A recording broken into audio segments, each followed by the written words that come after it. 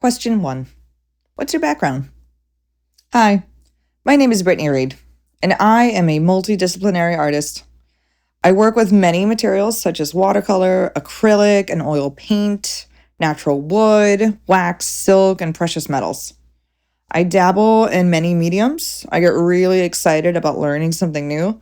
So naturally, I've experimented a lot when I was going through my Master's of Fine Arts program. I painted, I drew, sculpted, made installations, photography, printmaking. I even recorded some audio and video. I just love to explore.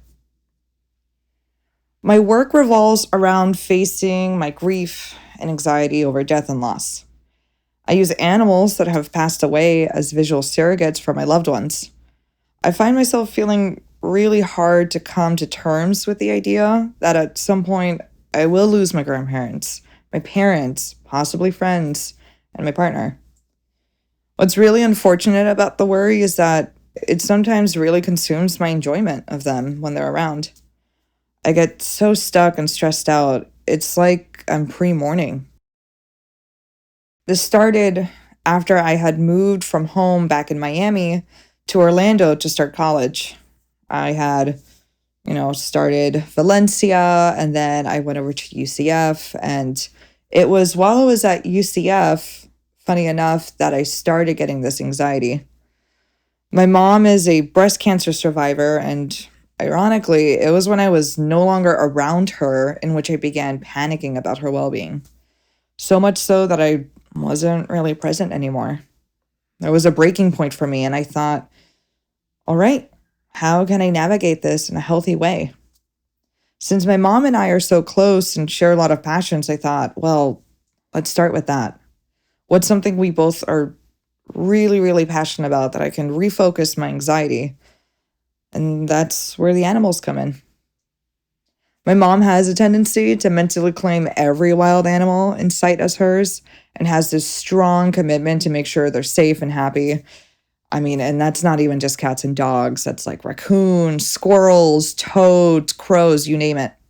She gets so upset over roadkill.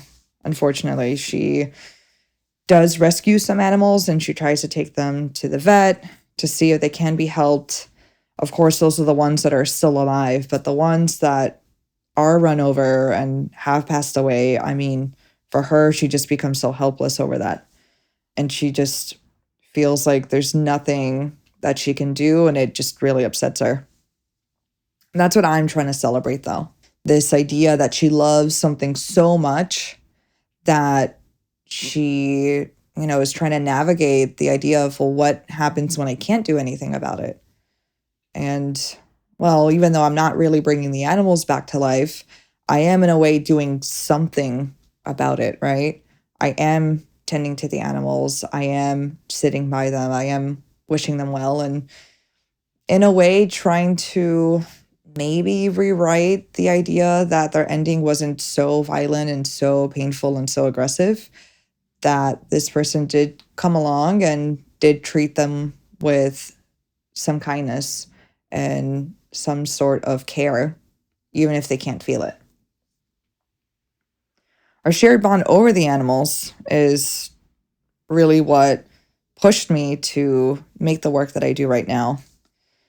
And like I said, I'm not bringing the animals back to life, but at least I am sharing my compassion with them and with others, and in the same time celebrating my relationship with my mother and what we share in common. With that said, I want my art to be jubilant. I don't want to focus on the pain or the suffering of the animal, or myself including, but of their life lived and this idea of legacy and kindness.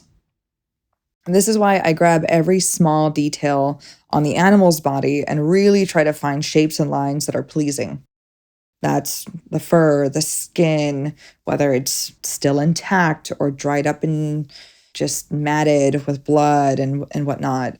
The one thing that I haven't been able to really depict clearly is the smell, but I think a part of me has tried to subvert maybe some of that expectation of it being quote unquote gross or foul smelling, because not many people can stay near a dead animal because of those things, right? So those things I'm trying to exemplify, I'm trying to beautify them, so to say, so that people can sit with the animals and can appreciate them and look at them for extended times so that at some level they can connect with that animal. But aside from the idea that, oh, this is some like pile of bones and skin and fur, how disgusting is that? I don't want that to be the impression. I want my audience to feel comfortable, to appreciate how beautiful they really are, even if they're just violently torn apart and rotting. Question 2, biggest influences. Ana Mendieta is a big influence for me. Her Silhouette series is phenomenal and a great influence on my photography, actually. Though the artwork that did move me the most was Moffat Building Piece. She exposed the jaded nature of people walking by a pile of viscera, which is guts and blood and everything. And this was done at a time where her college campus had a rape and murder recently. And I thought it was just so telling about the nature of people, especially after a crime like that had happened. And something that I really connected to with her intentions of maybe not exposure, but maybe things that I've noticed, right? I mean, I've certainly noticed it in myself of, well, am I dismissive? Am I not taking the time to really notice things? So, after seeing that video piece, I thought, wow, this is really spectacular. I kind of want to hone in on some of that. Regarding contemporaries, I love the photography of Paul Cardenares. I came to know him through his Heavenly Bodies book. The way that he depicts these martyrs that have used their bodies to beautifully decorate these churches in Europe are just really, really amazing, right? It made me wonder how I could do that with the animals I found. And funny enough, it was after I had started my animal ceremonies in which I learned about his Instagram and ceremonies with roadkill. He didn't really discriminate either with the animals. I mean, the majority of them are dogs and cats, unfortunately. He lives in Arizona, and there's some dumping grounds for pets that are no longer wanted, which is just so terrible to think about. But he also depicts snakes and coyotes and horses and donkeys and whatever animal that has passed away. And that's something that I really consider as well, especially after a recent residency in which I didn't have quote unquote access to bigger animals, which I was very thankful for. But I thought, well, okay, I'm not really doing these ceremonies for cats or dogs or squirrels or raccoons, but there's like little toads and bees and smaller little snakes and worms. And why am I not making a ceremony for them as opposed to these bigger animals? So it really made me think a lot. And so I really connect to his work in that regard too. 3, what are you focusing on? Now I'm focusing on my ceremonies and photography and silver point drawings and watercolors. There's a bunch of things. I just recently took up a silversmithing class, so I'm excited to see how that feeds my practice. Who knows, maybe I'll be back to making sculptures again. 4, biggest challenge of being an artist. Space. I can't tell you how hard it is to make without having adequate work, space, or storage. I found that to be the hardest thing to deal with after graduating from my master's program. And the way that I've gotten around that is by outsourcing my work area from the inside of the house to either outdoors or workshops or classrooms or just even staying behind work after my shift sometimes and just working there. I've also changed the size of my work to fit my space. So before I worked very, very large when I was in the master's program, which is really great. Very appreciative of the opportunity. I really loved it. However, now that I'm in a smaller space, I can't do that kind of work anymore. So I thought, okay, well, I'll just make miniatures and that's fine. I don't think that we need to stick to a specific thing. So right now I'm just focusing on that. I'm making mini work and work that I can make with the space that I have. 5. What advice would you give to your younger self? Girl, be flexible. Don't get too hung up with whether the decision you're making is the right one. Just make it and enjoy the process. Learn from it and do it again if you don't like it, how it turned out, right? As Dad always says, there's way too much rigidity in the world. I'm not going to add more to it. 6. Have you tried unconventional mediums? If you consider dead animals unconventional, then yes, that's pretty up there. Before honing in on my photography, I was actually using the animal bones to make sculptures. There were like these like little figurines, and I also placed some of the larger bones into other bigger sculptures. So I would say that that's like the biggest unconventional medium that I'm using. In terms of techniques, though, I would say that my printmaking is a little unconventional. I use a screen printing mesh to push through crayons and screen printing acrylic base paint to make like a monotype. So I found that using a stencil was a little cumbersome. I found a lot of blockage, like mental blockage, in making my images because they weren't so immediate. I had to keep waiting and doing this process and layering and step by step, which is great, is fine. I think you can make great images like that. But for me personally, I love the immediacy of drawing. And I wanted to translate some of that with the mediums in screen printing. So I started doing this monotype process. And what's really cool is that the monotypes don't end up exactly how I picture because there's so much unpredictability with using the mesh. So there are parts of the monotype that just don't even transfer through. They're just completely empty, and it's very much almost subtractive. And so after I've done the pull with the screen, I go back in and I add a little bit more details with the crayon, and I'll even scratch away at parts that are still wet. So it's very much like a back and forth, and there's still layering involved in that. So, my sculptures are also on the unconventional side. Since I use those non-archival materials, such as like tree branches, pine needle, and wax, I figure that if I'm not going to last a long time, why should my art? 7.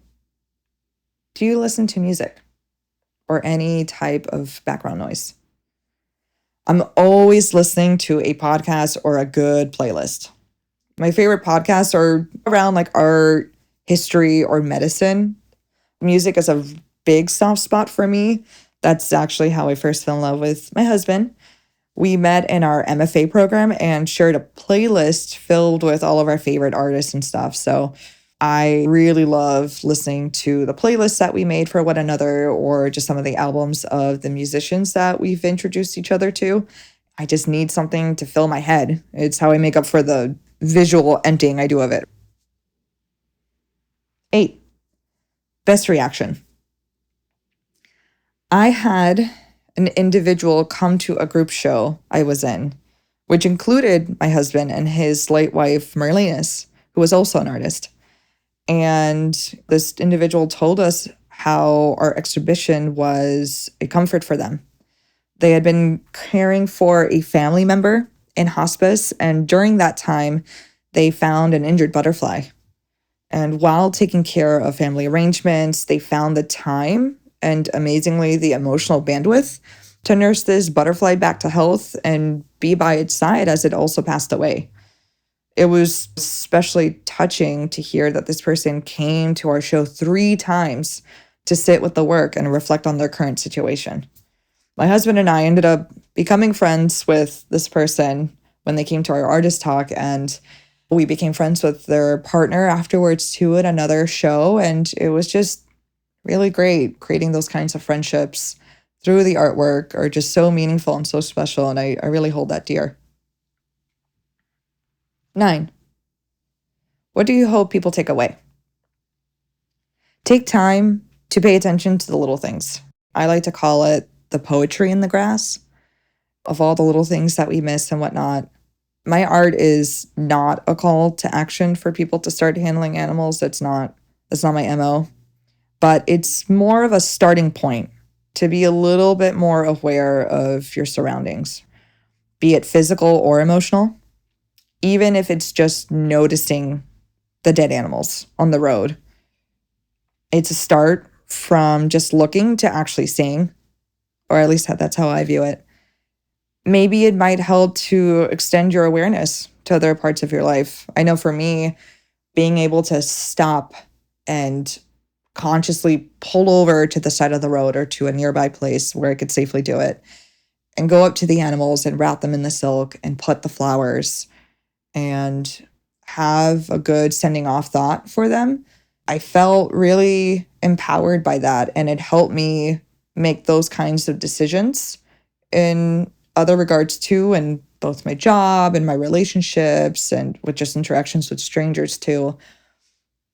It's been really empowering. I really appreciate it. 10, social media and events. Thank you so much for taking the time to learn about my work. I'm going to have work showing at the Hollywood, Florida Arts and Culture Center from May 18th to August 18th. The 18th of May will have the opening, so I will be there if you want to say hello. And if you could, please go to my Instagram, Brittney Reid Studio. That's BrittneyReidStudio, or my website, BrittneyWeinstockReid.art. That's Weinstock as in Weinstock.